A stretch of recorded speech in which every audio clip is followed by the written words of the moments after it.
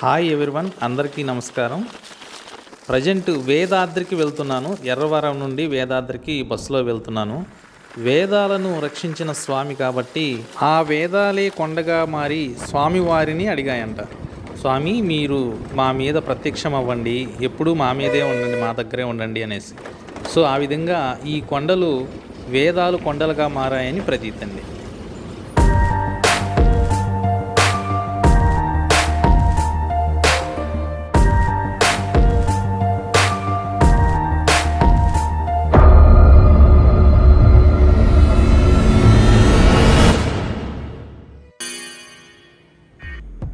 కృష్ణానది ఒడ్డున ఉన్న ఈ క్షేత్రంలో స్వామివారు 5 రూపాలలో మనకి దర్శనమిస్తారు. అందుకే పంచనరసింహ క్షేత్రం అని అంటారు.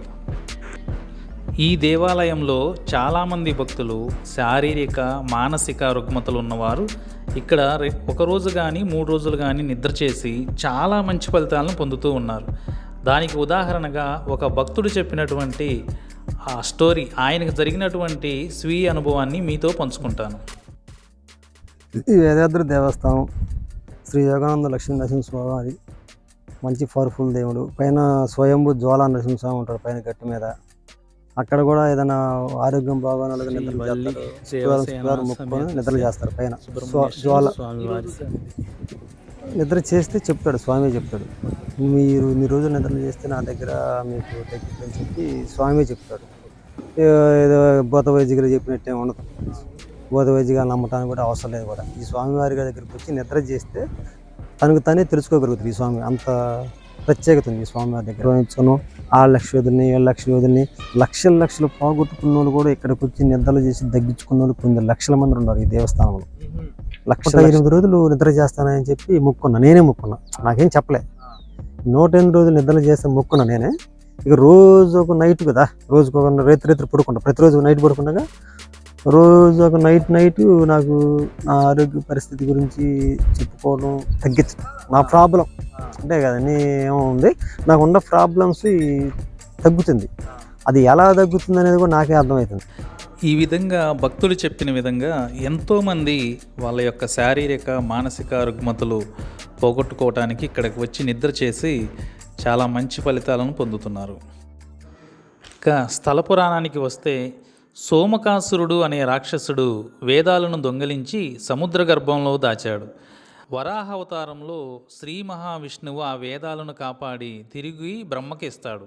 అప్పుడు ఆ వేదాలు పురుష రూపం ధరించి మమ్మలను తరింపచేయండి అని విష్ణుమూర్తిని ప్రార్థించాయి. ఆ విధంగా వేదాలు అక్కడ కొండ రూపంలో కృష్ణానది ప్రక్కనే వెలవటం వలన ఈ కొండలకి ఈ ప్రాంతానికి వేదాద్రి అనే పేరు వచ్చింది. భక్త ప్రహ్లాదుని రక్షించడం కోసం హిరణ్యకశిపుని సంహారం తరువాత జ్వాలామూర్తిగా ఈ కొండ మీదే స్వామివారు వెలిశారంట. తరువాత బ్రహ్మదేవుని కోరిక మేరకు సత్యలోకంలో సాలగ్రామ నరసింహ రూపంలో వెళ్ళగా ఆ వేడికి తట్టుకోలేక బ్రహ్మదేవుడు కృష్ణానదిలో స్వామివారిని ప్రతిష్ఠించారంట. ఇక్కడ కృష్ణానదిలో కనిపించే పెద్ద రాయిని సాలగ్రామ నరసింహమూర్తిగా భక్తులు భావిస్తారు. గర్భగుడిలో మనం దర్శించే యోగానంద నరసింహస్వామిని త్రేతాయుగంలో ఋష్యశృంగుడు అనే ఋషి ప్రతిక్షేపించారు. లక్ష్మీ నరసింహస్వామిగా స్వామివారు ఈ పీఠంపైనే దర్శనమిస్తారు భక్తులకి. ఇక్కడికి 5 కిలోమీటర్ల దూరంలో ఉండే గరుడాద్రిలో శ్రీ వీర నరసింహ అవతారాన్ని మనం దర్శించవచ్చు. ఇప్పుడు మనం చూస్తున్నదే కొండ మీద వెలిసినటువంటి శ్రీ జ్వాలా నరసింహస్వామి అవతారం. ఈ వేదాద్రికి 2 మార్గాల ద్వారా మనం చేరుకోవచ్చు. ఒకటి, విజయవాడ హైదరాబాద్ హైవేలో జగ్గయ్యపేట కానీ చిల్లకల్లు కానీ అక్కడ దిగేసి అక్కడి నుంచి 10 కిలోమీటర్స్ ఉంటుంది వేదాద్రి. రెండవది, అచ్చంపేట దాటిన తర్వాత కృష్ణానది బల్లకట్టు దాటితే కృష్ణానది ఒడ్డునే ఉంటుంది ఈ వేదాద్రి క్షేత్రం.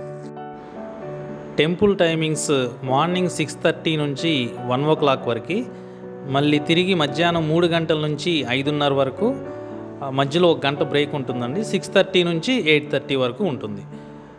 కొత్తగా వెళ్ళే వాళ్ళు చీకటి పడకుండా వెళ్తే చాలా మంచిది.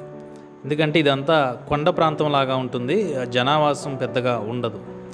ఇక్కడ స్వామికి పూలు కూడా చాలా తక్కువగా దొరుకుతాయండి. వచ్చేటప్పుడు తెచ్చుకుంటే చాలా మంచిది.